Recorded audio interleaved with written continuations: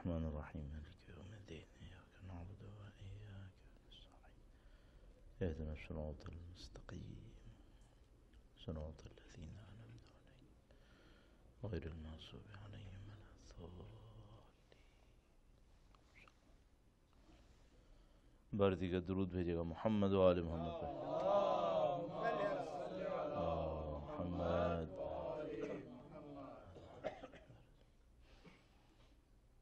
اعوذ باللہ من الشیطان الرجیم.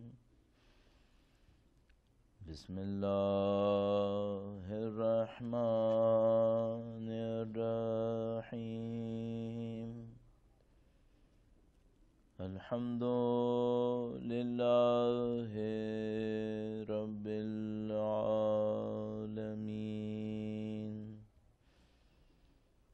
والصلاة والسلام على سید الانبیاء والمرسلین حبیب الہ العالمین ابی القاسم محمد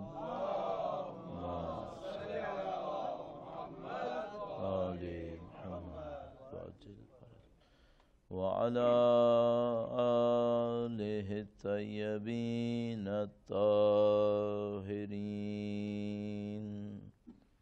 سیما بقیت اللہ فی الارضین. قال اللہ تعالی فی کتابہ الکریم بسم اللہ الرحمن الرحیم. ام حسبت ان اصحاب الكهف والرقیم كانوا من آیاتنا عجبا. درود بھیجے گا محمد و آل محمد پر.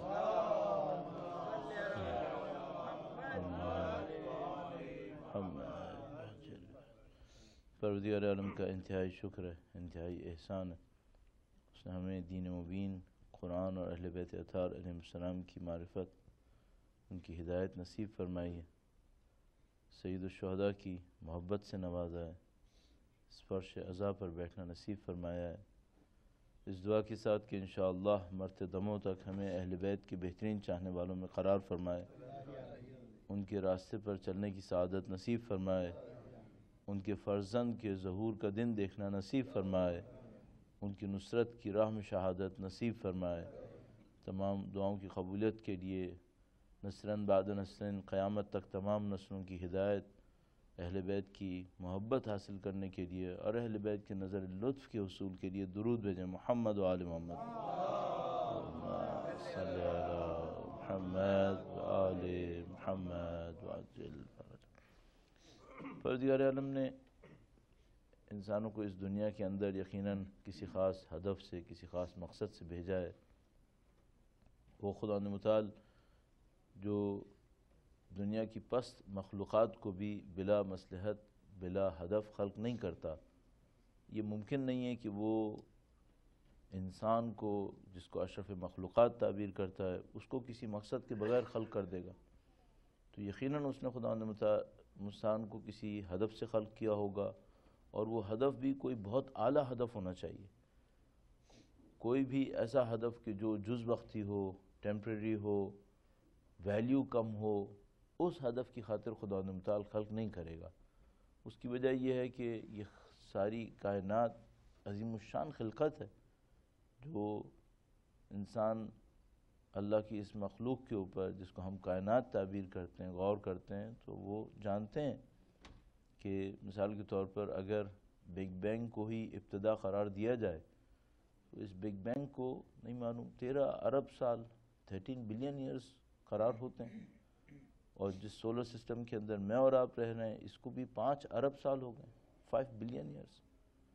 اور مثال کے طور پر اگر انہی سائنسی تحقیقات کو قبول کر لیا جائے تو وہ مخلوقات کے جو پانی سے زمین کے اوپر آئیں، ان مخلوقات کو زمین کے اوپر آئے ہوئے 39 کروڑ سال ہو گئے، 390 ملین ایئرس۔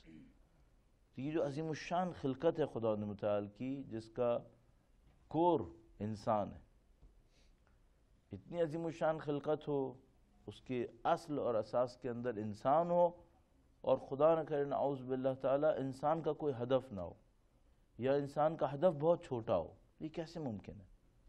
آپ اور میں جب دنیا کے اندر کوئی بڑا کام ہوتا دیکھتے ہیں مادی اعتبار سے، کوئی بہت بڑی بلڈنگ بن رہی ہو، کوئی بہت بڑا پل بن رہا ہو، تو جتنا وہ بڑا ہوتا جائے گا، جتنا وہ ریسورسز لیتا جائے گا، ہمیں اندازہ ہوتا ہے کہ جن لوگوں نے یہ بنایا ہوگا وہ عقل مند ہوں گے، تو اگر انہوں نے اتنے ریسورسز اس کے اوپر لگائے ہیں تو اتنا ہی کوئی بڑا ہدف ہونا چاہیے۔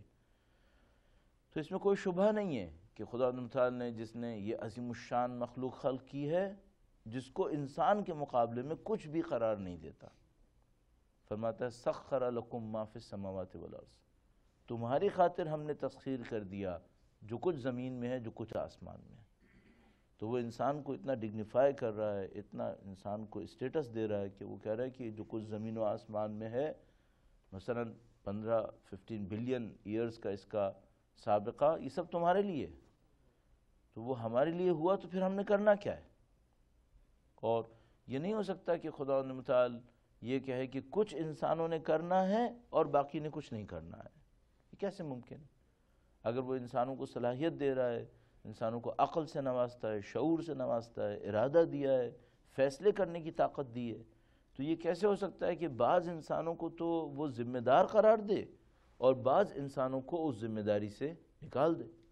کوئی تھیوری ہمارے پاس ایسی نہیں آئی جو مثلا یہ کہہ رہی ہو کہ انسانیت کے مقابلے میں ایک خاص جغرافیہ کے لوگ آئیں گے اور دوسرے جغرافیہ کے لوگ، دوسری لوکیشن کے لوگ انسانیت کے مقابلے میں نہیں آئیں گے۔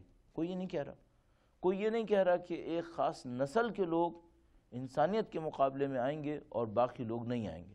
اس کا مطلب ہے میں اور آپ بھی اسی مقابلے میں ایک حصہ ہیں جس میں آیت اللہ بہجت تھے، جس میں اہل بیت کے اولیاء اور اوصیاء تھے۔ تو یہ کیسے ہو سکتا ہے کہ ہم تو بہت کم پہ پاس ہو جائیں اور وہ لوگ اتنی زحمت کر رہے ہوں؟ یہ کیسے ممکن؟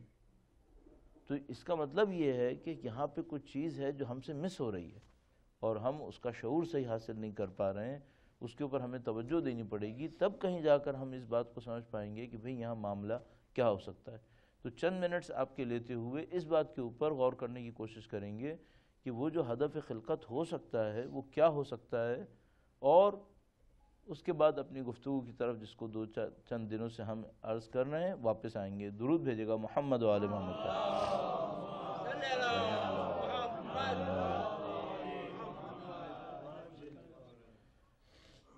ہمارے پاس جو دینی متون ہیں انہوں نے اس واقعے کو بیان کیا ہوگا، اس ایشو کو کہ ہدف کیا ہے، یا بیان نہیں کیا ہوگا۔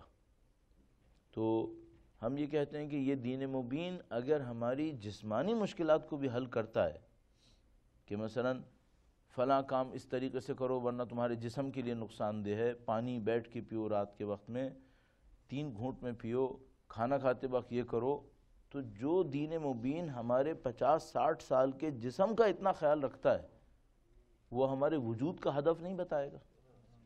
کیسے ممکن ہے؟ وہ دین تو اتنا بھی پسند نہیں کرتا ہے کہ میں اور آپ کوئی ایسی چیز کھا لیں جس سے ہمارے جسم کو تھوڑا سا نقصان ہو، تو وہ نجاسات رکھتا ہے، مکروہات رکھتا ہے، محرمات رکھتا ہے، یہ سب چیزیں ہمیں بیان کر کے دیتا ہے کہ بھئی مثال کے طور پر خون کھانا مثلا حرام ہے، فلاں چیز حرام ہے، فلاں چیز مکروہ ہے، تو ان سب میں ہماری مصلحت ہے، جسمانی مصلحت کا بھی خیال رکھتا ہے۔ تو یہ تو ممکن نہیں ہے کہ خدا متعال نے اپنے دین کے اندر ہدف بیان نہ کیا ہو۔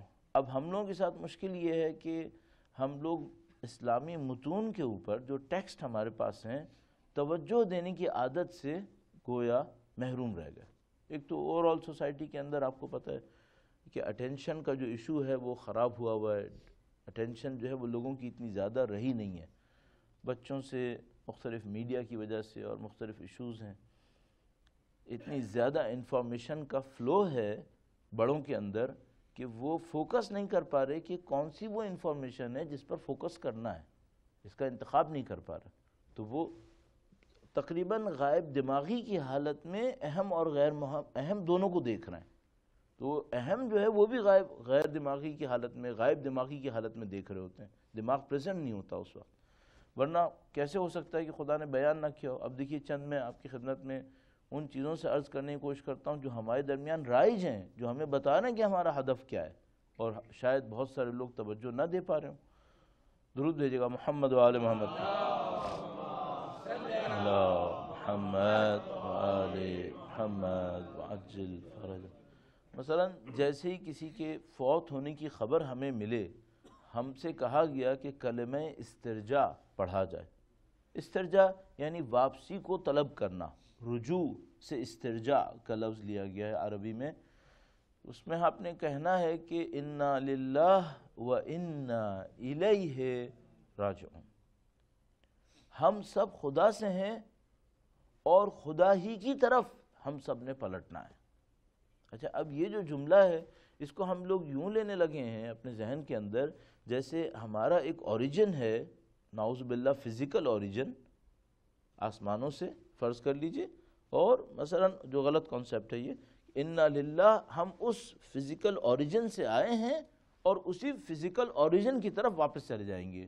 ظاہر ہے کہ ایسا نہیں ہے، خدا کوئی فزیکل ایگزسٹنس نہیں رکھتا ہے، نہ اس کا کوئی اوریجن فزیکلی بیان کیا جا سکتا ہے. تو یہ جو انا للہ ہے اور انا الیہ راجعون ہے، یہ کون سا ہے پھر؟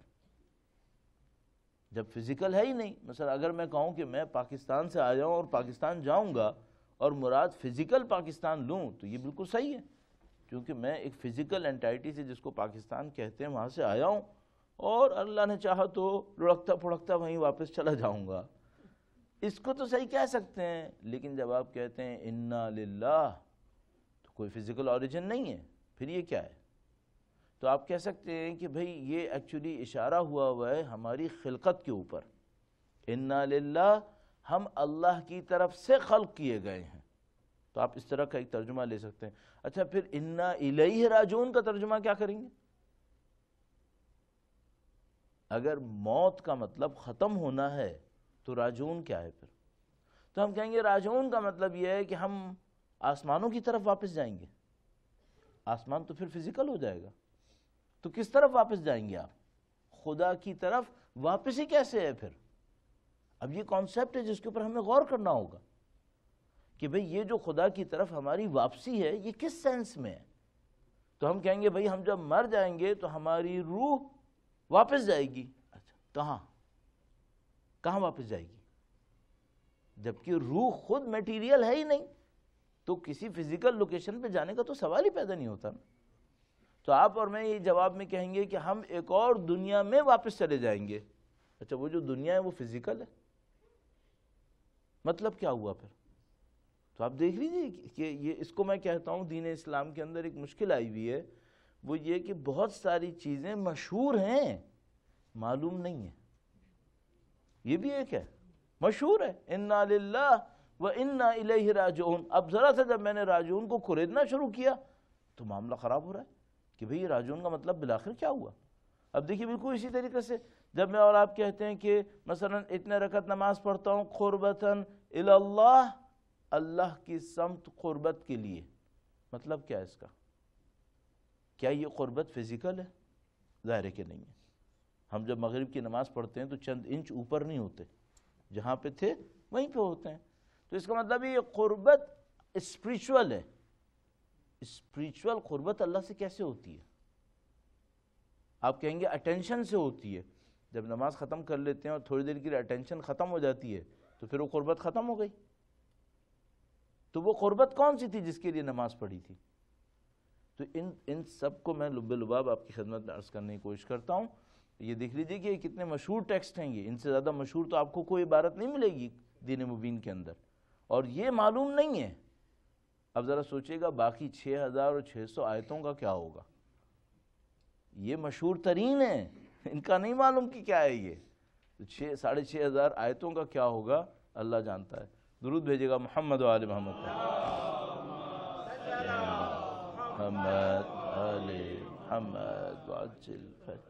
عزیزان محترم، انتہائی خلاصے کے طور پر جس میں ایک ڈر ہوتا ہے کہ بات کی اہمیت ختم ہو جائے، لیکن چونکہ موضوع نہیں ہے، اگر ہم اس موضوع میں جائیں گے آج کا دن پورا اسی پہ لگ جائے گا۔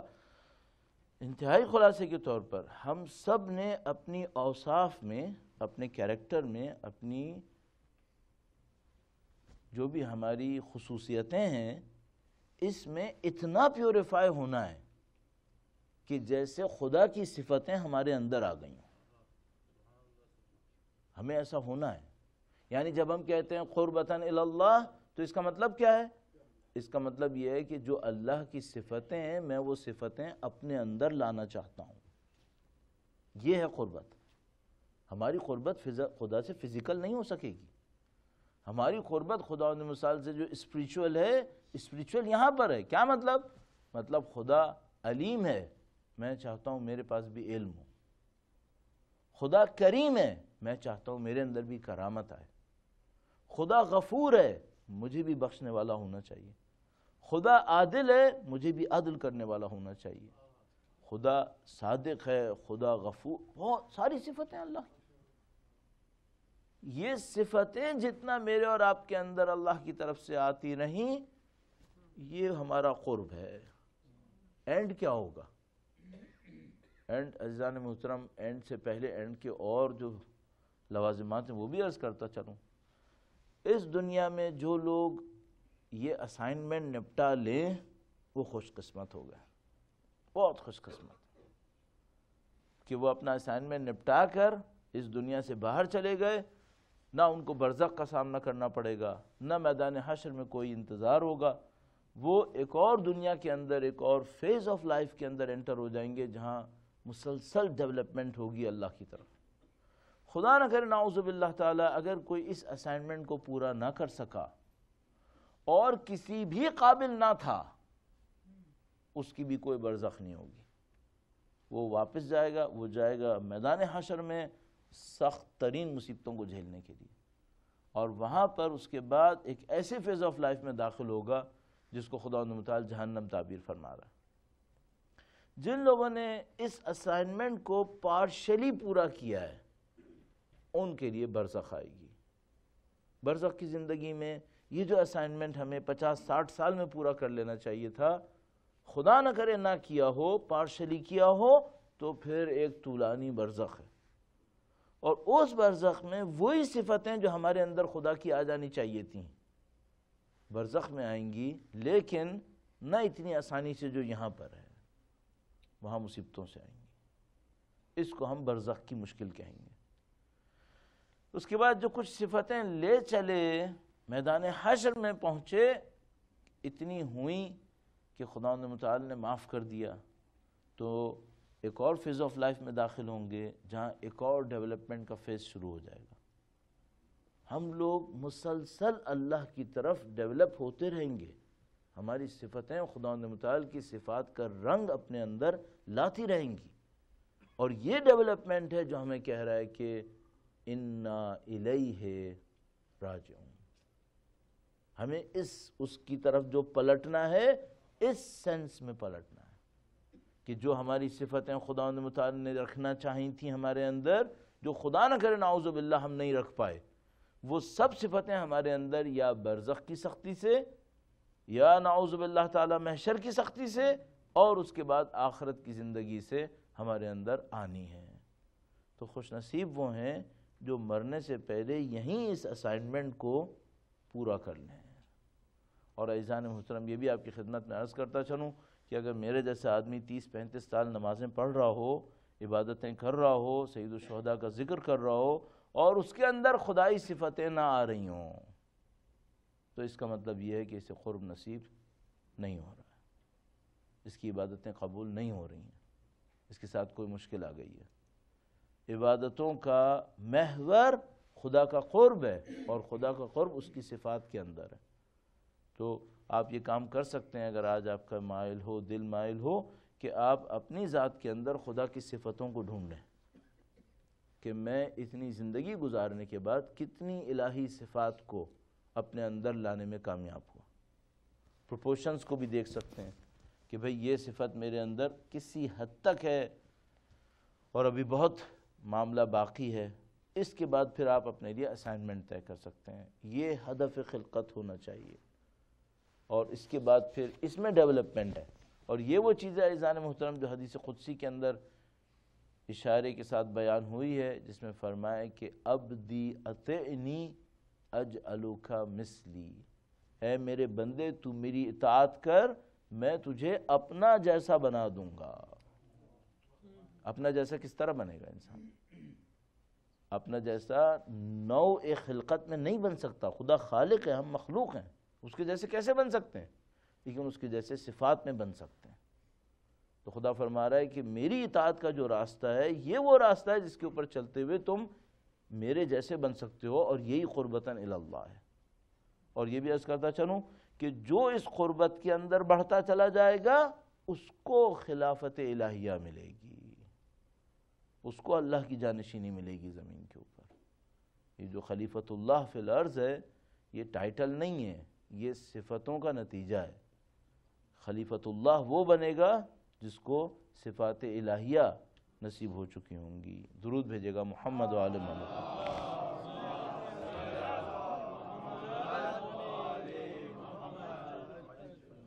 تو عزیزان محترم، حقیقت یہ ہے کہ ہمارا جو راستہ ہے، اسائنمنٹ ہے، میرا اپنے خیال ہے کہ وہ بہت آسانی سے سمجھ میں آ سکتا ہے. اور اس کو جو کچھ میں نے آپ کی خدمت میں عرض کیا، اگر بہت زیادہ بریف کرنے کی خاطر آپ کی خدمت میں عرض کروں، کیونکہ بعض اوقات کیا ہوتا ہے ہم لوگ اپنی لے میں بہتے چلے جاتے ہیں، وہ سامنے والے کو یہی یاد نہیں رہتا کہ پہلا جملہ کیا تھا، تو وہ سمجھ میں ہی نہیں آتا کہ بھئی اینڈ میں کیا ہوا. تو اب میں اینڈ بنانے کی خاطر آپ کے سامنے 2-4 جملے اور کہوں گا، بہت ہی کیلکولیٹڈ، تاکہ وہ اینڈ ذہن میں رہ جائے. وہ یہ ہے کہ یہ جو آپ کے پاس کہیں اللہ کے 99 نام لگے ہوئے ملیں گے، آپ کو جگہ جگہ مل جائیں گے. ان ناموں کو پڑھ لیں اور اپنے آپ سے پوچھیں ان میں سے کون سا نام میرے اندر ہے، کس نام میں میں خدا سے قریب ہوں. خدا کی سچائی میرے اندر ہے، خدا کی بخشش میرے اندر ہے، خدا کا رحم میرے اندر، خدا کا عدل، خدا کا فیض، اس کی سخاوت، اس کی محبت، اس کی مہربانی. کیا چیز جو میرے اندر ہو ان 99 میں سے، میں اس میں خدا سے قریب ہوں. اس کو بڑھاتے رہیے، اس کو کہیں بڑھاتے رہیں. بس یہ زندگی کا ہدف ہے. باقی کیا ہے؟ باقی عزیزان محترم وہ صفتیں ہیں جن میں ہم جانوروں کے ساتھ شریک ہیں. کھانا پینا، سونا، فیملی، گھر بار، شہرت، طاقت، سرداری، ریاست، ان سب میں ہم جانوروں کے ساتھ شریک ہیں. اس میں ہم کسی کے ساتھ اور نہیں، اس سے کوئی فائدہ نہیں ہوگا. یہ سب ہو لیکن اس ہدف خلقت کے ساتھ ہو تو پھر صحیح ہے. اور اگر یہ سب ہو اور ہدف خلقت نہ ہو پھر جانور ہے، پھر تو جانور ہے. وہ جو علامہ اقبال نے کہا تھا نا چنگیزی، وہ چنگیزی نہیں ہے، وہ حیوانیت ہے. جو انہوں نے کہا تھا نا کہ اگر یہ نہ ہو تو چنگیزی رہ جاتی ہے، وہ چنگیزی نہیں رہ جاتی، درندگی رہ جاتی ہے. تو علامہ اقبال نے تو پھر ذرا دنیا کا ایک ٹائٹل دیا کہ چنگیز بہرحال ایک انسان تھا، لیکن ایکچولی درندگی رہ جاتی ہے. تو اگر یہ ہدف خلقت پورا نہیں ہوا تو پھر صرف جانور پن رہ جائے گا. وہ ساری کوالٹیز رہ جائیں گی جو جانوروں میں کامن ہے ہمارے ساتھ، اور بہت برا انجام ہوگا. چونکہ خدا نہ کرے نعوذ باللہ تعالیٰ، خدا متعال فرماتا ہے کہ کچھ انسان ایسے ہیں جب اس دنیا سے باہر جاتے ہیں تو وہ اپنے آپ کو گنوا چکے ہوتے ہیں. یعنی ان میں انسانیت باقی نہیں رہتی، وہ جانوروں کی شکل میں اٹھ رہے ہوتے ہیں. اور یہ ہمارے پاس مسلم روایات سے ثابت ہے کہ بہت سارے انسان ایسے ہیں جو اس دنیا میں جانوروں کی شکل میں ہوتے ہیں. آپ کو پتہ ہی ہے وہ جو میدان منا کے اندر امام نے دکھایا، متعدد روایات ایسی ہیں اس پر. خدا متعال انشاءاللہ ہدف خلقت کو حاصل کرنے کی سعادت نصیب فرمائے. اس میں بس ایک جملہ اور، میں اگر 1 یا 2 جملے اور ایڈ کروں عزیزان محترم، وہ جس کو آپ اور میں وشفل تھنکنگ کہتے ہیں، وہ اس معاملے میں کافی نہیں ہے. ہم یہ سوچتے رہیں کہ انشاءاللہ ہو جائے گا، یہ وہ نہیں ہے جو انشاءاللہ ہو جائے گا. ایک بچے کا جسم منیمم کیلوریز کے اوپر ویٹ گین کرتا رہے گا، قد بھی بڑھاتا رہے گا اگر بیمار نہ ہوا. لیکن کسی انسان کی روح غذا حاصل کیے بغیر کبھی ترقی نہیں کرے گی بلکہ تنزل کرے گی. تو یہ ممکن نہیں ہے کہ ہم یہ کہیں میں کوشش نہیں کروں گا اس پر اور انشاءاللہ ہوتا رہے گا، یہ ممکن ہی نہیں ہے۔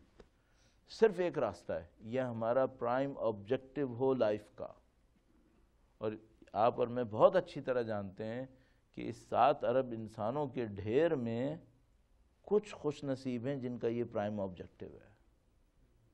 2 شہید ہوتے تھے ایران میں جنہوں نے ایک مدرسہ بنایا تھا، مدرسے کا نام بھی شہیدین پڑ گیا، تو ان میں سے ایک یہ کہا کرتے تھے کہ یہ دنیا ایک ایسا گیم ہے جس میں 22 پلیئر ہیں، باقی سب تماشائی ہیں۔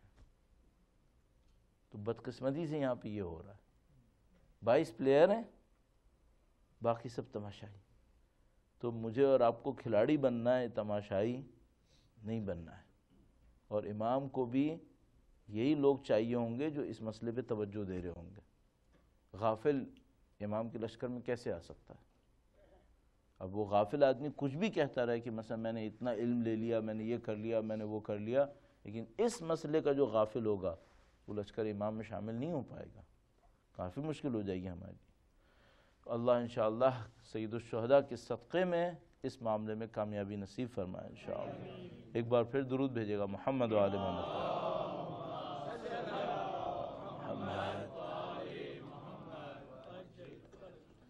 میں مسلسل کوشش کر رہا ہوں کہ اس سے باہر نکلوں، اس ڈسکشن سے، لیکن میرا ذہن اس سے نکلنے کی اجازت نہیں دے پا رہا ہے۔ تو میں اس میں ایک بات اور ایڈ کر دوں، اس پہ لوگ توجہ کیوں نہیں دے رہے جبکہ یہ پرائم آبجیکٹو ہے، یہ سب سے اہم یہی ہے، اس پہ توجہ کیوں نہیں دے رہے؟ اس میں چند وجوہات ہیں۔ ایک بات تو یہ کہ ہمیں اب پتہ نہیں شیطان کی طرف سے یا پتہ نہیں کس کی طرف سے ایک گمان نے پکڑا ہوا ہے کہ ہم صحیح ہیں، جس کو ہم لوگ عربی میں، فارسی میں، اردو میں بھی لٹرل اردو میں زعم کہتے ہیں، گمان۔ ایک ٹائپ کا اندھیرا نشہ اپنے اوپر چھا گیا ہے کہ ہم صحیح ہیں۔ اچھا، جب کوئی بیمار یہ سوچنے لگے کہ میں فرسٹ کلاس صحت مند ہوں تو وہ علاج کیوں کرے گا؟ کیوں علاج کرے؟ تو اس دنیا کے دھوکوں میں سے ایک دھوکہ یہ ہے کہ انسان یہاں پہ زندگی گزارتے ہیں، یہاں کے وہ ویڈیو گیمز کے ٹائپ کی جیتیں جیت کر اپنے آپ کو مطمئن کرتے رہتے ہیں کہ یہی تھا جس کے لیے آئے تھے، جبکہ سب کو معلوم ہے جس نے اس مسئلے پہ کوشش کی ہے کہ یہ وہ نہیں ہے جس کے لیے آئے تھے، آئے کسی اور کام کے لیے تھے۔ یہ ایک سائٹ کا معاملہ تھا جس کو ہم نے اپنے سر پہ چڑھا لیا۔ ایک عجیب فرمان ہے، مولا امیر المومنین کا درود بھیجے گا محمد و آل محمد۔ انسان کی زندگی میں 2 بڑے سوال ہیں اس وقت، زیادہ تر کی زندگی میں تو ایک ہی ہے، لیکن اگر کاؤنٹ بھی کریں تو 2 ہیں، یعنی 2 پولز ہیں اس وقت۔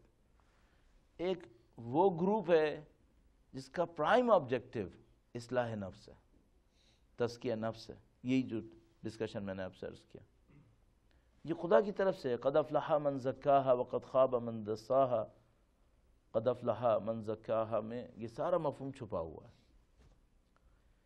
دوسرا ایک اور گروپ ہے انسانوں کا جو obvious میجورٹی ہے، اس کے پاس پرائم آبجیکٹو معاش ہے، معیشت ہے،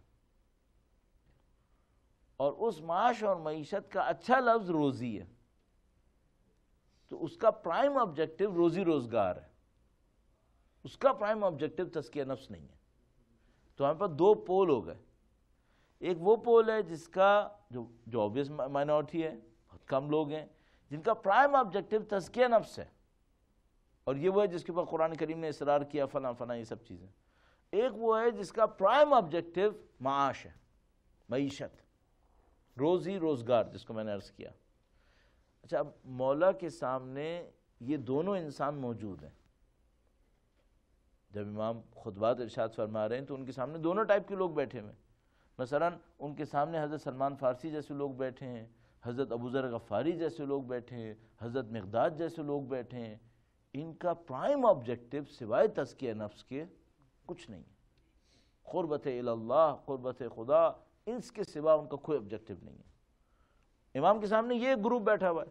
اچھا امام کے سامنے ایک اور گروپ بیٹھا ہوا ہے جو زیادہ تر وہی لوگ ہیں جن کی زندگی میں سوائے معاش کے کوئی بڑا ہدف نہیں ہے. تو اب ذرا سوچیے گا امام نے کیا فرمایا.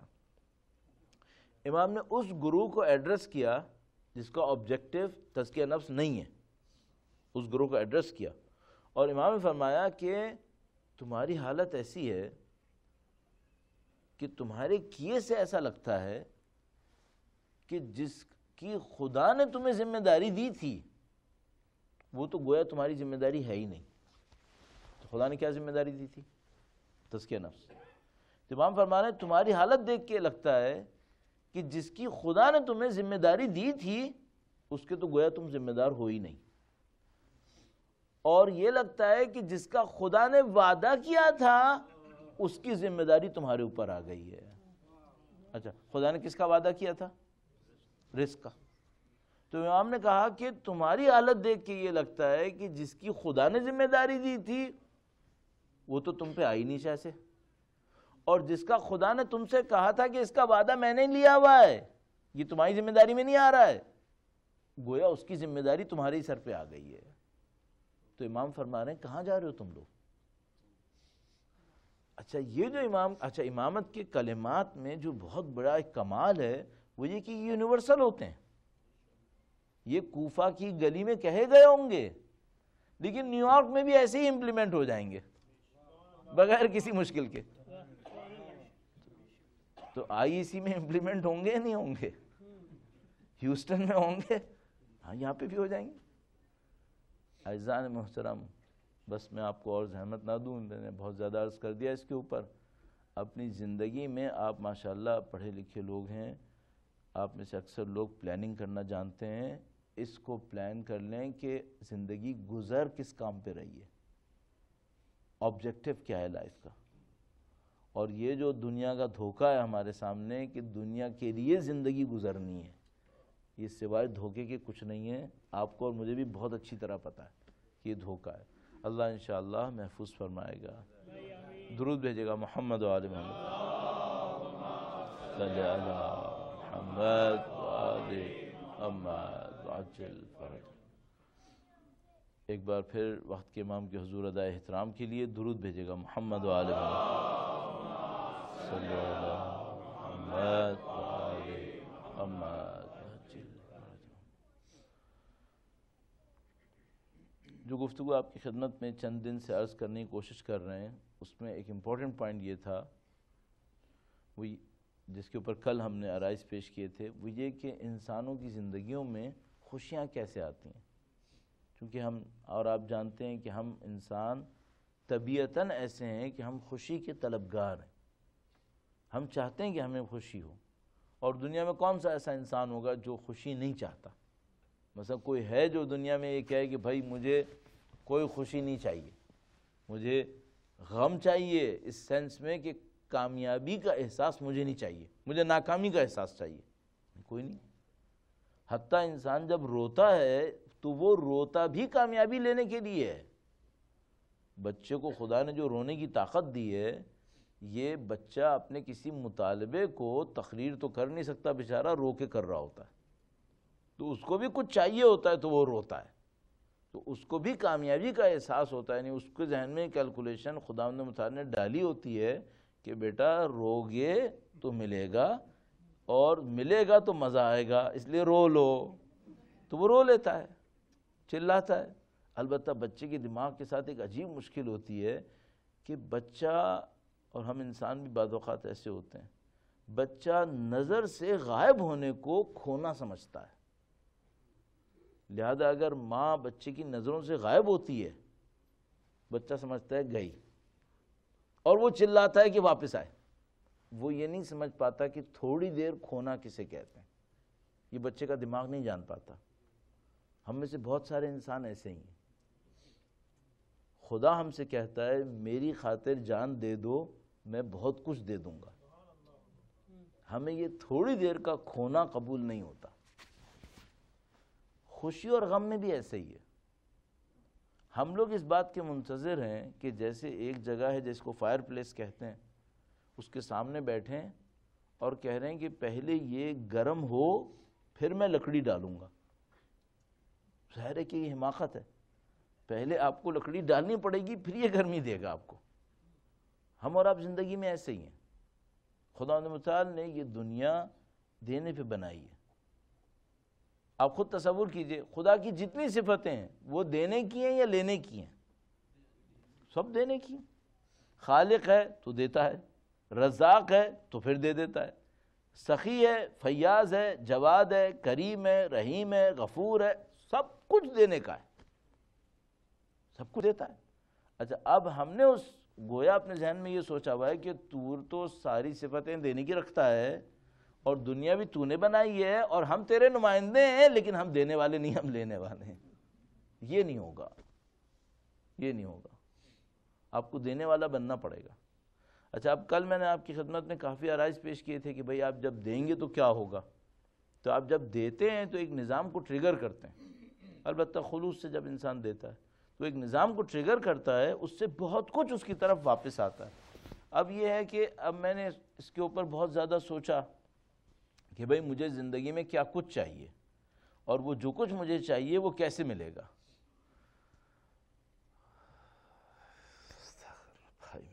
تھوڑا سا میرے ساتھ مصیبت یہ ہے، اتنا پڑھا چکا ہوں، کلاسیں لے لے کر میرے اندر عادت ایسی خراب ہو گئی ہے. اچھا پتہ نہیں کیوں ویسٹ میں یہ ایک ایشو ہے، یہاں کچھ افراد کے لیے مجالس کوئی سیریس ایشو نہیں ہے، سارٹ آف گیدرنگ ہے. یہ واقعاً بہت عجیب ہے. یعنی کلچر کا اتنی کم مدت میں اتنی بڑی قلعہ بازی کھا لینا، یہ بہت ہی تعجب کی بات ہے. اب ذرا تصور کیجئے کہ یہ ہم باتیں بچوں کی نہیں کر رہے ہیں، یہ انہی کی کر رہے ہیں جو یہاں پیدا بھی نہیں ہوئے ہیں. انہوں نے ساری زندگی کسی اور کلچر میں گزاری ہے اور وہ بھول گئے ہیں کہ جب وہ اس کلچر میں تھے تو مجلس کیا تھی. مجھے سمجھ میں نہیں آ رہا ہے کیوں ہو رہا ہے ایسا. البتہ سمجھ میں آ رہا ہے، میں آپ سے کہہ رہا ہوں کہ سمجھ میں نہیں آ رہا ہے، مجھے سمجھ میں آ رہا ہے کہ کیوں ہوا ہے ایسا. یہ بہت بڑا ایک ڈائلیما ہے جس کو آپ کو سولو کرنا پڑے گا. چونکہ دیکھیے ابھی لگے ہاتھوں اس کو عرض کرتا چلوں، بات پہ واپس آؤں گا. دین کا جو زوال آتا ہے اس کا ایک سٹیج ہوتا ہے تقدسات کا ختم ہونا.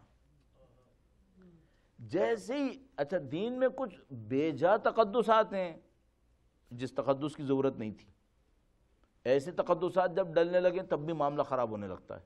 کیوں؟ کیونکہ پھر وہ زیادہ مدت سنبھالے نہیں جائیں گے اور گڑبڑ کریں گے بعد میں. اور کچھ دین میں بجا تقدسات ہیں. جب دین کے بجا تقدسات یعنی جو ویلڈ تقدسات تھے وہ خطرے میں پڑیں، آپ سمجھ جائے گا کہ اس سوسائٹی میں سے دین گیا، یہاں سے دین گیا. اچھا اس کی نشانی کیا ہے؟ بہت سادہ سی نشانی ہے. کیا مثلا قربانی کے جانور مذاق کے لیے تھے؟ یہ حضرت اسماعیل کی قربانی کی یاد دلانے کے لیے تھے. اللہ نے قرآن کریم میں اس اونٹنی کو جس کے اوپر کعبے کی قربانی کا نشان لگے اپنے نعروں میں سے ایک نعرہ قرار دیا ہے. جس طرح صفا اور مروہ کو کہا من شعائر اللہ، تو قربانی کے جانور کو کہا من شعائر اللہ. اچھا کوئی تعظیم بچی ہے اب اس کے لیے؟ یہ نفس پرستی کا نشانہ ہے، یہ بچوں کے کھیل کود کا نشانہ ہے، یہ مذاق کا نشانہ ہے. یہ کس بات کی نشانی ہے؟ یہ جو تقدسات کا زوال ہوتا ہے یہ اس بات کی نشانی ہوتی ہے اس سوسائٹی میں سے دین آہستہ آہستہ فارغ ہو رہا ہے. اور یہ میں آپ کی خدمت میں وارننگ کے طور پہ عرض کر دیتا ہوں، شاید کوئی اور پتہ نہیں کر پایا نہیں کر پایا ہے. آپ کی سوسائٹیز میں سے تقدسات غائب ہو رہے ہیں. ہم تو پوری دنیا میں جا رہے ہیں نا. آپ کے سامنے اکیلے تو نہیں آئے، ہیوسٹن کو ایک جگہ تو نہیں جہاں پڑھ رہے ہیں. پورے سال میں کم سے کم دنیا کی 2-3 چکر لگا لیتے ہیں ہم. اس میں ہمیں افریقہ جانا ہوگا، آسٹریلیا جائیں گے، ایشین کنٹریز جائیں گے، مڈل ایسٹ بھی جائیں گے، یورپ بھی جائیں گے، ہر طرف جائیں گے. آپ لوگوں کی سوسائٹی میں سے دین کا تقدس ختم ہو رہا ہے. یہ آپ کو کہیں پکڑنا پڑے گا، ورنہ آپ بہت مشکلیں پھنس جائیں گے اس طرح سے پھر. اور یہ مت سوچیے گا کہ ہم بیجا تقدس ختم کر رہے ہیں پھر ہم ایک نیوٹرل پوزیشن کے اوپر آ جائیں گے. نہیں، جب یہ تقدسات ختم ہونے کا گرائنڈر چلتا ہے یہ چھوڑتا نہیں ہے کچھ، پھر اس میں کچھ بچتا نہیں ہے پھر آپ کے لیے. اور آپ جو سینئرز ہیں اگر یہاں پر ہیں نا تو جونیئرز کا تو معاملہ ختم ہو گیا. پھر بچوں کو میں کیا بولوں گا؟ اس خاطر میں کھوڑ رہا ہوں جب میں آپ کو کچھ چیزیں ایسی کرتے دیکھتا ہوں جو آپ کے اجداد نے اگر کر لی ہوتی تو آپ کو یہیں سے نکال کے باہر پھینک چکے ہوتے. کیوں کر رہے ہیں؟ آپ اپنے لیے رسک لے رہے ہیں دین کے ساتھ. تو آپ اس کو سنبھالنے کی کوشش کیجئے برائے مہربانی. باہر کا معاشرہ آپ کو کچھ بھی سکھائے، یہاں پر آپ کے اپنے کچھ آداب ہونے چاہیے. ان آداب کو آپ ترک نہ کیجئے آپ، ورنہ آپ مشکل میں پھنس جائیں گے. میرے لیے کوئی مسئلہ نہیں ہے. مجھے دیکھیے 1 گھنٹہ آپ کے سامنے بیٹھنا ہے، صحیح، اور مشکل سے 4 دن تو ہو گئے، میرے خیال میں 4-5 دن ہو گئے، 3-4 دن اور ہوں گے، تو میرا تو کوئی ایشو نہیں ہوگا، میں تو کہیں اور چلا جاؤں گا. لیکن آپ کے پاس سے دین آہستہ آہستہ، خدا نہ کرے نعوذ باللہ تعالیٰ، یہ ختم ہونا شروع ہو جائے گا. پھر یہ آپ کو پتہ ہے کرسچینٹی کے ساتھ یہی ہوا ہے. کرسچینٹی کے ساتھ پہلے تقدسات ختم ہوئے، اور یہ جو آپ اور میں دیکھتے ہیں نا کہ انہوں نے اللہ کے رسول کے لیے مذاق کا نشانہ بنایا، اور جب امام خمینی نے ریاکٹ کیا تو انہوں نے کہا ہم نے تو مذاق کیا تھا، ہمارا تو لٹریچر ہے. تو انہوں نے اسی کو فورسی کیا تھا کہ یہ اسٹارٹنگ پوائنٹ ہر دین کے خلاف کارروائی کا مذاق میں ہوتا ہے، اس کے بعد پھر دین کا زوال آتا ہے.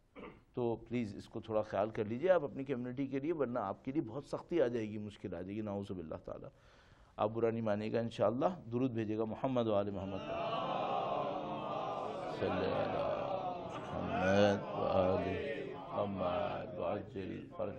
تو آپ کی خدمت میں عرض ہوا کہ یہ جو دنیا خدا متعال نے بنائی ہے یہ دینے پہ بنائی ہوئی ہے. اس کی اپنی صفتیں ایسی ہیں، ہمیں بھی ایسے ہی دیکھنا چاہتا ہے. اچھا، اب یہ جو دینے کا نظام ہے اس میں ہمیں تھوڑا سا غور کرنا پڑا. وہ یہ کہ بھئی میں مثال کے طور پر اپنی زندگی میں سوچتا ہوں کہ مجھے دنیا میں کچھ چاہیے اور کچھ چیزیں مجھے آخرت میں چاہیے. ایک جملہ پک کر لیجئے جو کل کی تقریر سے بھی، کل کے عرائض سے بھی آپ کی خدمت میں آیا ہوا ہوگا، کل یا پرسوں عرض کیا تھا. وہ یہ کہ میں اور آپ صرف دنیا میں زندہ رہنے کے لیے نہیں آئے. ہم لوگ زندہ رہیں گے. ہماری جو زندگی ہے وہ یہاں 50-60 سال کے لیے نہیں ہے صرف. علامہ طباطبائی ایک انتہائی خوبصورت جملہ ارشاد فرماتے تھے. وہ فرماتے تھے کہ ہم لوگ بقا کے لیے خلق ہوئے ہیں، فنا کے لیے خلق نہیں ہوئے. ایک وقت آئے گا کل شیء ہالک الا وجہہ، وہ خدا متعال کے حکم سے سور پھونکی جائے گی اور اس وقت سب ہلاک ہو جائیں گے، لیکن اس کے بعد پھر خدا اٹھا دے گا. تو ہلاکت بمعنی فنا نہیں آئے گی کبھی، ختم ہوں گے پھر دوبارہ سے. تو ہم لوگ کبھی بھی فنا نہیں ہو رہے ہیں. اچھا، اب ایک طے شدہ بات ہے، اگر ہم فنا نہیں ہو رہے اور یہ طے شدہ ہے تو پھر بقا کی کیا تیاری ہے؟ بھئی آپ ریٹائرمنٹ کے لیے پلان کرتے ہیں. ریٹائرمنٹ کے لیے آپ کیوں پلان کر رہے ہوتے ہیں؟ چونکہ آپ کو یہ پتا ہوتا ہے کہ بھئی ریٹائرمنٹ کی ایک ایج ہے، لیکن زندہ تو اس کے بعد بھی رہنا ہے. اس کے بعد جو زندہ رہنا ہے اس کے لیے پیسہ کہاں سے آئے گا؟ تو آپ ریٹائرمنٹ کا پلان بنا رہے ہوتے ہیں اپنے لیے. تو میں آپ سے پوچھوں گا، اور آپ جانتے ہیں وہی کہ بھئی دنیا کی زندگی تو ختم ہو جائے گی، لیکن وہ جو باقی زندگی ہے اس کا پلان کیا ہے؟ تو مجھے اپنی زندگی کے لیے اگر عقل مندی سے فیصلے کرنے ہیں، تیاری کرنی ہے، مثلا میں ایک طالب علم ہونے کے ناطے تو میں اپنے آپ سے کہوں گا کہ بھئی دیکھو کچھ چیزیں مجھے دنیا میں چاہیے جب تک اس دنیا میں ہوں، اور بہت ساری چیزیں مجھے آخرت میں چاہیے.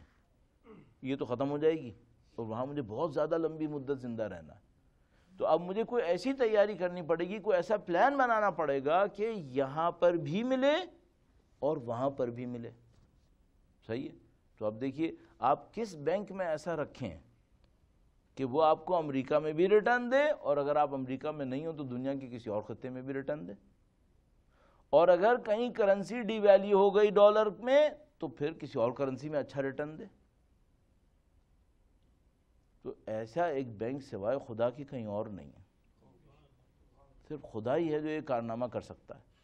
یہاں بھی ریٹرن دے، آخرت میں بھی ریٹرن دے. یہاں بھی نا امید نہ کرے، وہاں بھی نا امید نہ کرے. اب یہ کام کروں کیسے؟ کیا دوں؟ تو پھر ایک بات سمجھ میں آتی ہے اس دنیا کے لیے بھی اور اس دنیا کے لیے بھی. آپ کو پتہ ہے فزکس کے اندر یہ لوگ ڈھونڈتے پھرتے ہیں کہ ان کو کوئی ایک فارمولا مل جائے جو اسپیڈ آف لائٹ سے کم کی جو اسپیڈ ہے اس کے لیے بھی ویلڈ ہو، اور اسپیڈ آف لائٹ سے زیادہ کی اگر کوئی پاسبل اسپیڈ ہے جو کائنات کی خلقت کے پہلے مائکرو سیکنڈز میں ہوئی تھی اس کے لیے بھی ویلڈ ہو. تو ان کو ابھی تک کچھ نہیں ملا. تو میں سوچتا ہوں نہیں، کیا ہمارے پاس خدا نے کوئی ایسا فارمولا دیا ہے کہ اس دنیا میں بھی کارآمد ہو اس دنیا میں بھی کارآمد ہو، ایک ہی فارمولا. تو وہ فارمولا مجھے کچھ سمجھ میں آیا. میں آپ کی خدمت میں عرض کرتا ہوں، درود بھیجے گا محمد و آل محمد۔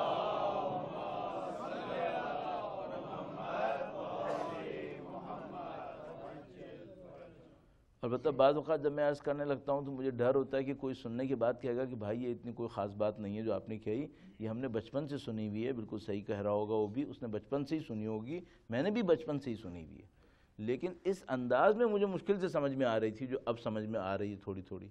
وہ یہ ہے، مجھے یوں سمجھ میں آیا تمام تر انہی چیزوں کو دیکھتے ہوئے جو میں اور آپ بچپن سے سن رہے ہیں، جیسی کرنی ویسی بھرنی، اور دنیا آخرت کی کھیتی ہے، اور یہ اور وہ یہ بات سمجھ میں آئی کہ جو کچھ میں دوسرے انسانوں کو دوں گا یہی مجھے واپس ملنا ہے، اور کچھ نہیں آئے گا۔ یہ کہ میں کسی سے چھین کر اپنے پاس رکھ لوں گا یہ میرا نہیں ہوگا، جو میں دوسروں کو دوں گا وہ میرا ہے، ایکچولی وہ میرے پاس آئے گا، اور جو کچھ میں دوں گا وہ آئے گا، اور بڑھ بڑھ کے آئے گا، بڑھ بڑھ کے آئے گا۔ تیسرا پارٹ بھی عرض کر دوں ابھی سے، اس دنیا میں بھی، برزخ میں بھی، محشر میں بھی، آخرت میں بھی۔ تفصیل عرض کروں گا، درود بھیجے گا محمد و آل محمد۔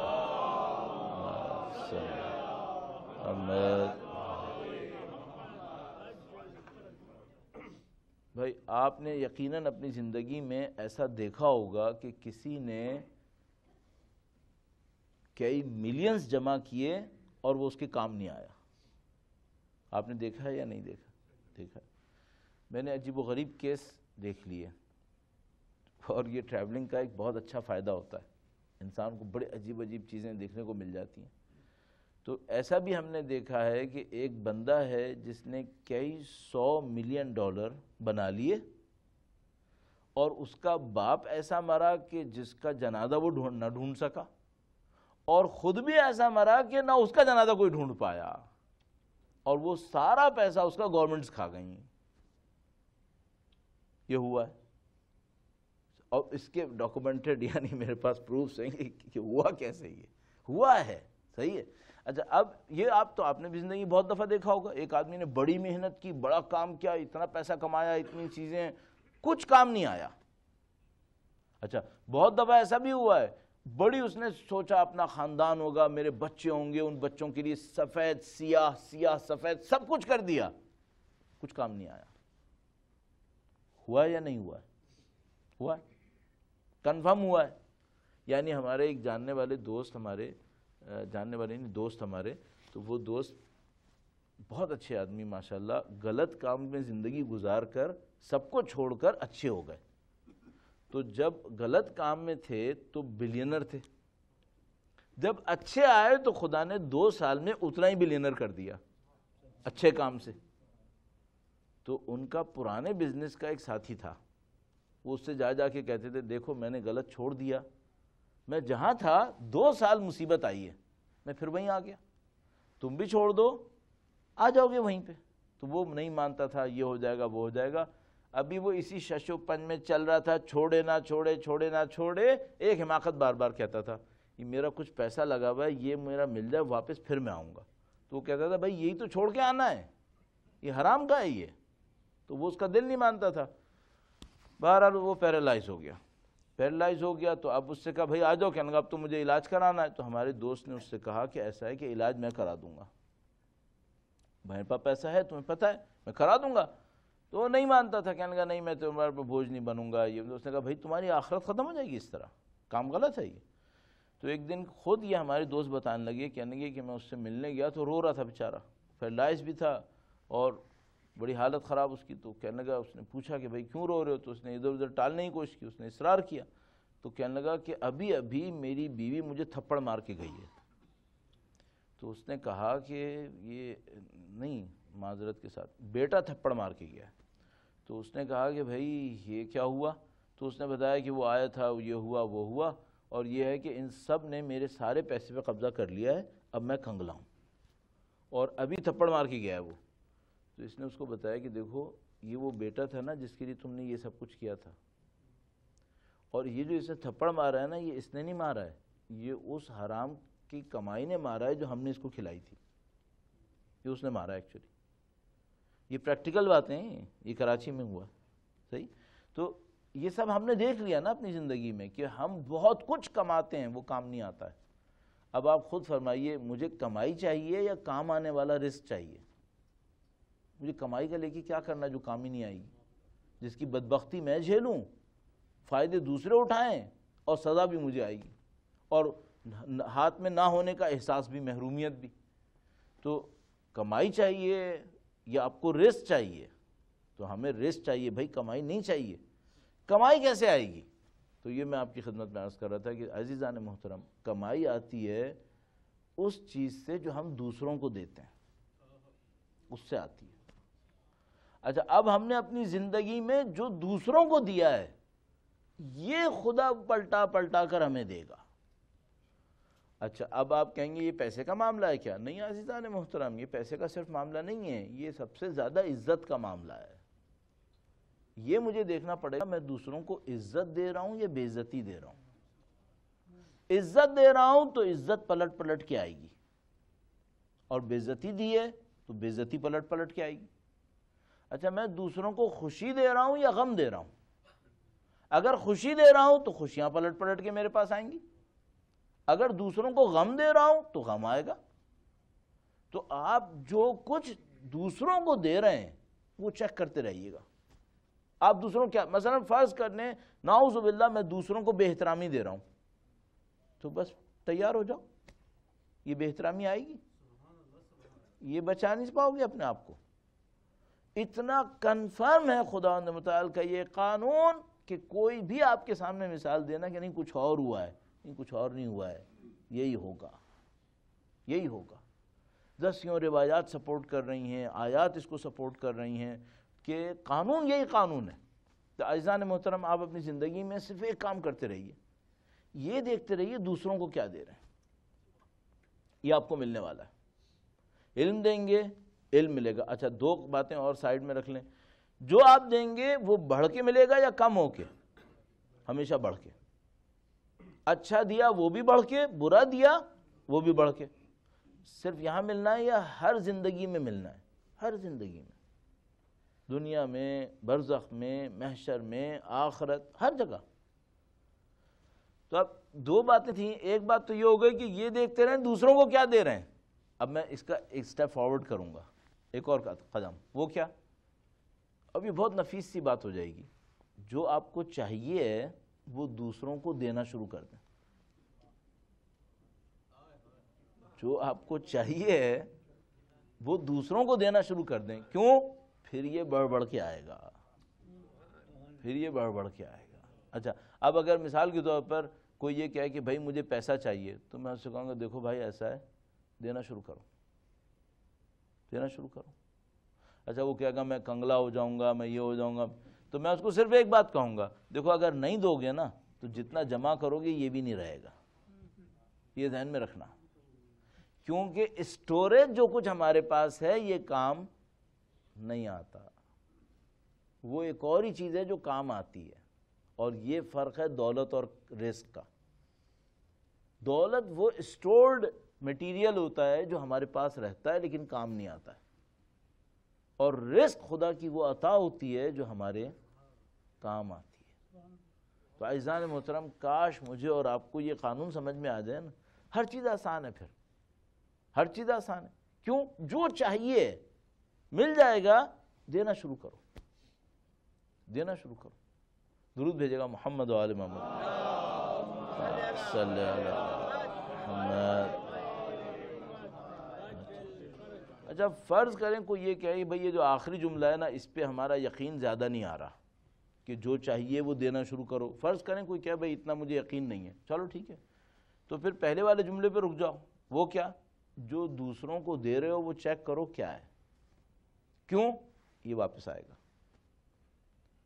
اب آپ اپنی زندگی میں عزیزان محترم، آپ کا بھائی بن کے میں آپ سے عرض کر رہا ہوں، آپ کا ساتھی بن کے عرض کر رہا ہوں، ہم لوگ ایک دین ایک مکتب میں شریک ہیں، اس سے بن کے عرض کر رہا ہوں، ذرا دیکھیے گا دوسروں کو دے کیا رہے ہیں.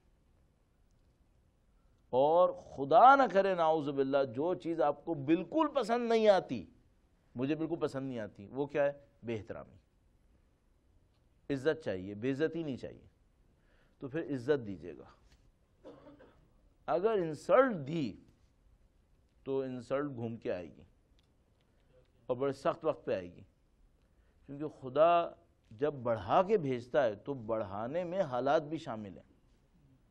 میں نے ایک حالت میں کسی کی انسلٹ کی تھی، میری جب انسلٹ ہوگی تو اس سے زیادہ بری حالت ہوگی. پھر خدا بڑھا کے بھیجتا ہے نا. تو اس قانون کو ذرا غور فرمائیے گا اور اپنی زندگی میں اس کو ڈھونڈنے کی کوشش کیجیے گا. تو جو آپ صادر فرما رہے ہیں، خوشی، غم، احترام، منفیات کا میں ذکر نہ کروں، وہ جو کچھ آپ کر رہے ہیں یہ سب آپ کے اور میرے پاس واپس آئے گا. اچھا، اب اگر کوئی مجھ سے یہ کہنا کہ نعوذ باللہ میں نے تو بہت غلط کام کیا ابھی تک نہیں آیا، فرض کریں کوئی کہے، یا مثلا مجھ سے کوئی کہے میں نے بڑے اچھے کام کیا ابھی تک نہیں آیا، تو میں اس کو صرف ایک بات کہوں گا، تھوڑا سا انتظار کر لو، تھوڑا سا انتظار کرو. مولا کا ایک فرمان عرض کروں، انتہائی نفیس فرمان، درود بھیجے گا محمد و آل محمد.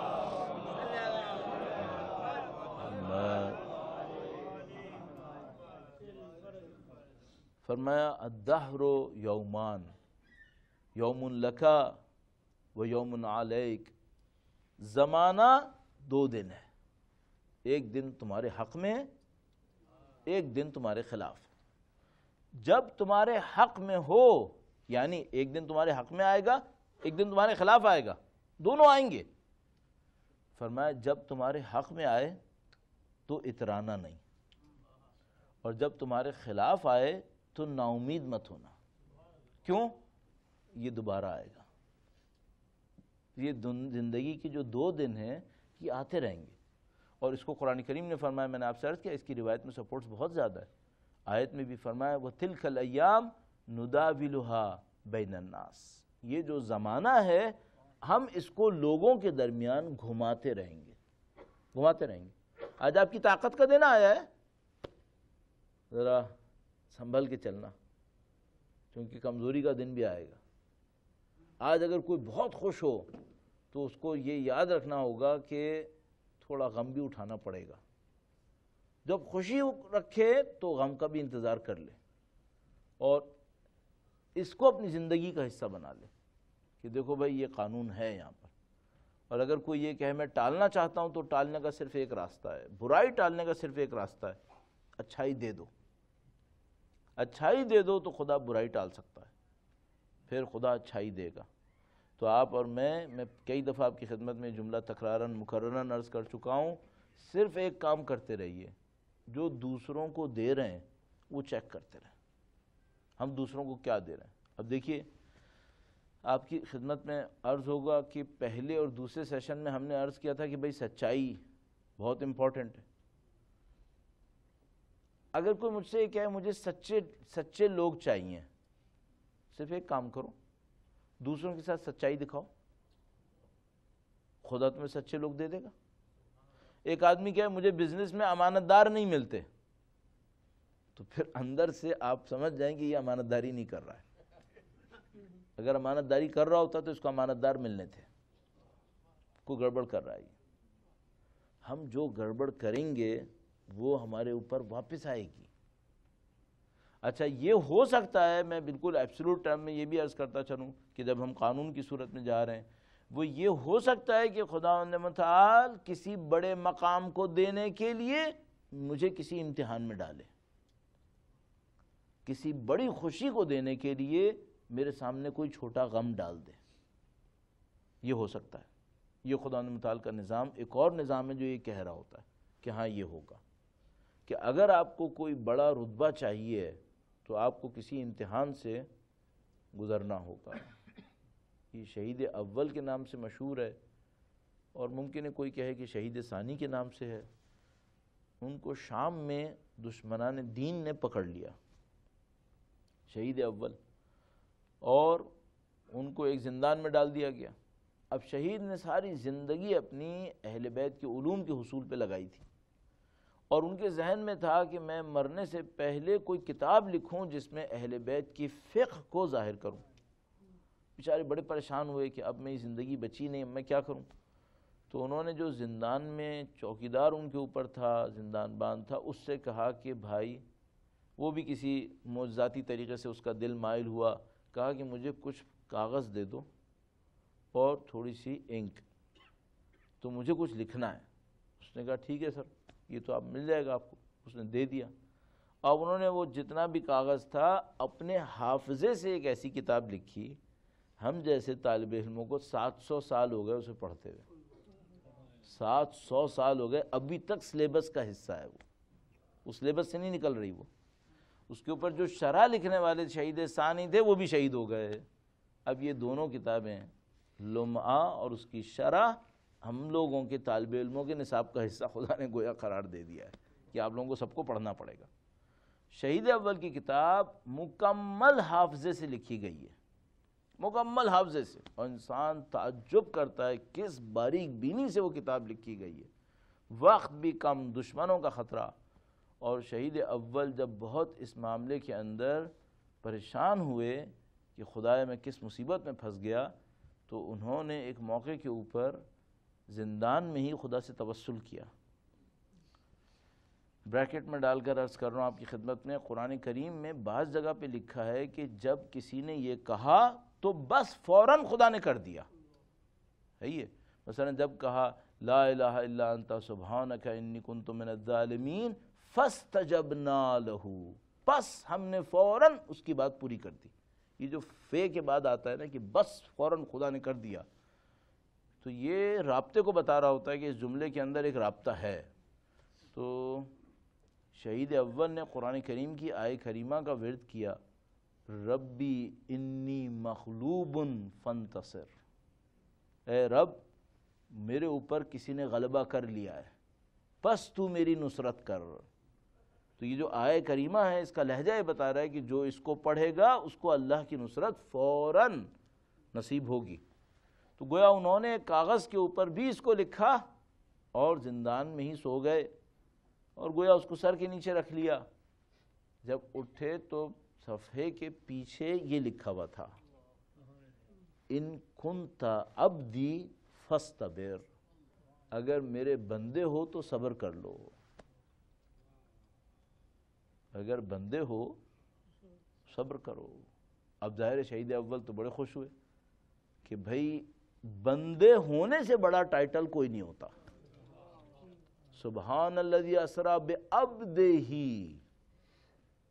لیلا من المسجد الحرام، بندے ہونے سے بڑا کوئی ٹائٹل نہیں ہے۔ نبی کے نام کے بعد عبدہ ورسولہ، گواہی اس بات کے اوپر ہے، عبدہ، بندے ہونے سے بڑا کوئی ٹائٹل دنیا میں نہیں ہوتا۔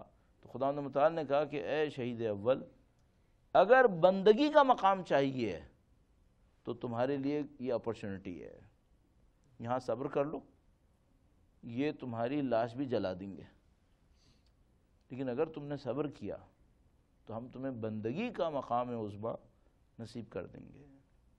شہید اول تو بہت خوش ہوئے ہوں گے، گویا بھئی یہ تو معاملہ ہی ختم ہو گیا، جو چاہیے تھا وہ مل گیا، تو انہوں نے صبر کر لیا۔ صبر کر لیا، آج تک ہم لوگ ان کے وجود سے فیضیاب ہو رہے ہیں۔ جب خدا کسی کو مقام دینے لگتا ہے تو کچھ امتحانوں میں ڈال دیتا ہے، تو اس کو چاہیے کہ تھوڑا سا صبر کرے۔ البتہ ظاہر ہے بہت زیادہ ٹیسٹ کرنے پڑیں گے کہ میری غلطیوں کا نتیجہ نہ ہو، یہ نہ ہو، وہ نہ ہو، اور یہ امتحان کا حصہ ہوتا ہے کہ کبھی بھی کلیئر نہیں ہو پاتا۔ مگر ایسے حالات میں جو شہید اول جیسے کہ حالات تھے کہ وہاں واقعاً کلیئر تھا کہ یہ معاملہ سوائے امتحان کے کوئی اور معاملہ نہیں ہے۔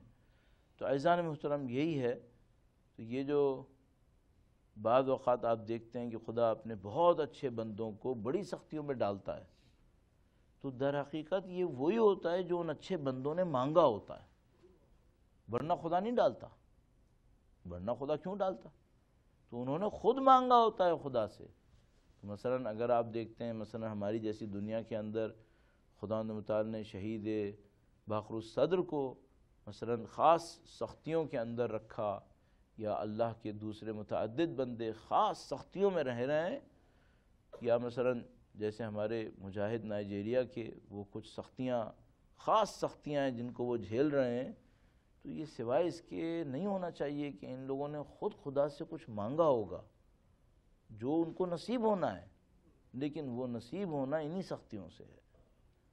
اب یہ ہے کہ صبر کرتے ہیں اور اس انعام کو حاصل کرتے ہیں.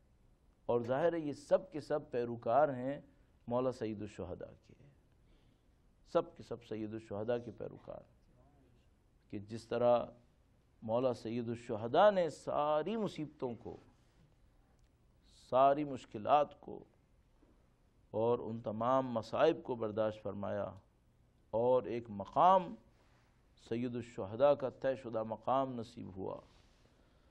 کون سا لمحہ مصائب کے لمحات میں کہ سید الشہداء کے قلب مقدس کو کوئی احساس کرے. عزیزان محترم، آپ کو اور ہمیں پتہ ہے کہ ہم سید الشہداء کی محبتوں کو درک نہیں کر پائیں گے. جو سید الشہداء اپنے دوستوں کے لیے، چاہنے والوں کے لیے رکھتے تھے، اپنے اعزاء اقرباء کے لیے رکھتے تھے، اپنے خاندان والوں کے لیے رکھتے تھے، ان محبتوں کو ہم کیسے احساس کر سکتے ہیں؟ لیکن ہم یہ کر سکتے ہیں کہ جو کچھ سید الشہداء نے کہا یا جو کچھ سید الشہداء نے کیا، اس کے اندر سید الشہداء کے دل کی کیفیت کو سمجھنے کی کوشش کر لیں. تو مثلاً اگر وہ چند لمحات میں آپ کے سامنے عرض کروں تو اگر کوئی اس لمحے کو سوچے جب حضرت قاسم الوداع کرنے کے لیے تشریف لائے، تو ہمارے پاس روایت موجود ہے عزیزان محترم کہ سید الشہداء نے ایک مرتبہ قاسم کو دل سے لگایا اور اتنا گریہ کیا کہ دونوں غش کھا گئے. اب سید الشہداء کے دل پہ کیا گزر رہی تھی جب وہ حضرت قاسم کو الوداع کر رہے تھے، تو ایک لحظہ ہمیں یہاں سمجھ میں آتا ہے. لیکن عزیزان محترم، ہم جو طالب علم ہیں، ہم کوشش کر رہے ہوتے ہیں کہ ان مسائل کو تھوڑا سا دیکھنے کی کوشش کریں. تو مجھے جو ابھی تک سمجھ میں آتا ہے، شاید ہی کوئی لمحہ ایسا ہو جو حضرت علی اکبر کے الوداع جیسا لمحہ ہوگا. وہ لمحہ گویا سید الشہداء کے لیے ایک عجیب لمحہ تھا، اور اس لمحے کی کئی نشانیاں ہمارے پاس روایات کے اندر آتی ہیں. یعنی مثلاً اگر اس روایت کے اوپر غور فرمائیے جس کے اندر سید الشہداء علی اکبر سے کہتے ہیں کہ بیٹا دشمن تک پہنچنے سے پہلے مجھے دیکھتے رہنا. آپ اپنے دل میں ایک باپ کو تصور کریں جس کے سامنے اس کا بچہ شہید ہونے جا رہا ہے اور آخری سفر کی طرف گامزن ہے. تو عزیزان محترم، آپ کو اس کے اندر ایک عجیب احساس حاصل ہوگا. یا مثلاً اس روایت کے اوپر غور فرمائیے جس کے اندر لکھا ہے کہ ایک موقع پر حضرت علی اکبر نے الوداع کیا اور مڑ کے دیکھا تو بابا پیچھے چلے آ رہے تھے. اس قلب مقدس میں کیا گزر رہی تھی سید الشہداء کے وجود مقدس پہ کون سی مشکل طاری تھی. ایسے اس لمحے کو بھی غور فرمائیے جب حضرت علی اکبر میدان جنگ سے واپس آئے اور سید الشہداء سے کہا کہ بابا اگر ایک گھونٹ پانی کا مل جاتا. تو عزیزو صرف اتنا غور فرمائیے کہ ساقی کوثر پوری دنیا کو سیراب کرنے والا اور اس کا بیٹا آ کر اس سے ایک گھونٹ پانی مانگے اور مولا صبر کریں. مولا نے عجیب جملہ ارشاد فرمایا علی اکبر تم جنگ کے لیے جاؤ، محمد مصطفیٰ تمہیں پانی پلائیں گے، علی مرتضیٰ تمہیں پانی پلائیں گے. گویا سید الشہداء رسول خدا کو، مولا علی مرتضیٰ کو، حضرت سیدہ طاہرہ کو دیکھ رہے تھے کہ وہ سب علی اکبر کا انتظار کر رہے ہیں. اور عزیزو جب وہ موقع آیا کہ حضرت علی اکبر زمین کے اوپر گرے، عزیزو ہم لوگ جب مصائب پڑھ رہے ہوتے ہیں تو ہم اس عنوان سے دیکھ رہے ہوتے ہیں کہ یہ باپ ہے جو بیٹے کو الوداع کر رہا ہے. لیکن ذرا سوچئے گا کہ یہ جوان بیٹا ہے جو جانتا ہے میرے بعد میرے باپ کے ساتھ کیا ہونے والا، اس کے دل پہ کیا گزر رہی ہوگی. اور عزیزو میں دو روایات اور آپ کی خدمت میں عرض کروں گا، اور وہ دو روایتوں میں سے ایک روایت نفس المحموم کے اندر روایت شیخ عباس قمی کی ہے. کہتے ہمارے پاس ظاہر ہے کہ پڑھنے والے پڑھا کرتے ہیں کہ کس طریقے سے برچی کا وار ہوا لیکن عائزو نفس المحموم کے اندر ایک عجیب روایت لکھی ہوئی ہے، اس میں لکھا ہوا ہے کہ جب حضرت علی اکبر تشریف لائے میدان جنگ کے اندر تو چونکہ شبیہ رسول تھے تو جتنے بھی کوفی لوگ تھے وہ سب پیچھے چلے گئے اور انہوں نے کہا کہ ہم شبیہ رسول کے اوپر شمشیر نہیں چلائیں گے. لیکن عائزو اس کے نتیجے میں وہ جو شامی ظالم غازی تھے وہ سب کے سب آ گئے علی اکبر کے سامنے. ان سب نے علی اکبر کو گویا اپنے انتقام کا نشانہ بنایا. اور شیخ عباس قمی نے عجیب روایت لکھی ہے، فرمایا کہ نیزے اوپر جاتے تھے اور نیچے آتے تھے، اور شمشیریں اوپر جاتی تھی اور شمشیریں نیچے آتی تھیں. اور عربی روایت فرمائی فَقَتَلُوهُ إِرْبًا إِرْبًا، علی اکبر کو ٹکڑے ٹکڑے کر دیا اور یہ پہ زمین پر گرے ہیں. سید الشہداء کو ندا دی ہے عزیزان محترم، اور سید الشہداء کی طرف سے ایک جواب ہمارے پاس تاریخ میں پڑھنے والے پڑھا کرتے ہیں. عزیزان محترم جملہ میں عرض کروں، فرمایا علی اکبر مجھے آواز دیتے رہو دکھائی نہیں دے رہا. آپ جانتے ہیں کہ بچہ بیٹا قرۃ عین ہوتا ہے، آنکھوں کی ٹھنڈک ہوتا ہے، اور گویا علی اکبر کا جانا سید الشہداء کی آنکھوں کی ٹھنڈک کو ختم کر رہا تھا. سید الشہداء علی اکبر کے سرہانے پہنچے ہیں، اور جب وہاں سرہانے پہنچے ہیں تو ایک جملہ ارشاد فرمایا ہے. یہ بھی نفس المحموم میں شیخ عباس قمی نے مختلف اسانید سے لکھا ہے. یہ جملہ بہت عجیب جملہ ہے سید الشہداء کے قلب کے اندر، دیکھیے گا. فرمایا وَعَلَى الدُّنْيَا بَعْدَكَ الْعَفَا، اکبر تیرے بعد دنیا پہ خاک، اب دنیا میں کچھ نہیں ہے. ألا لعنة الله على القوم الظالمين وسيعلم الذين ظلموا أيام منقلب ينقلبون. ماتم حسین.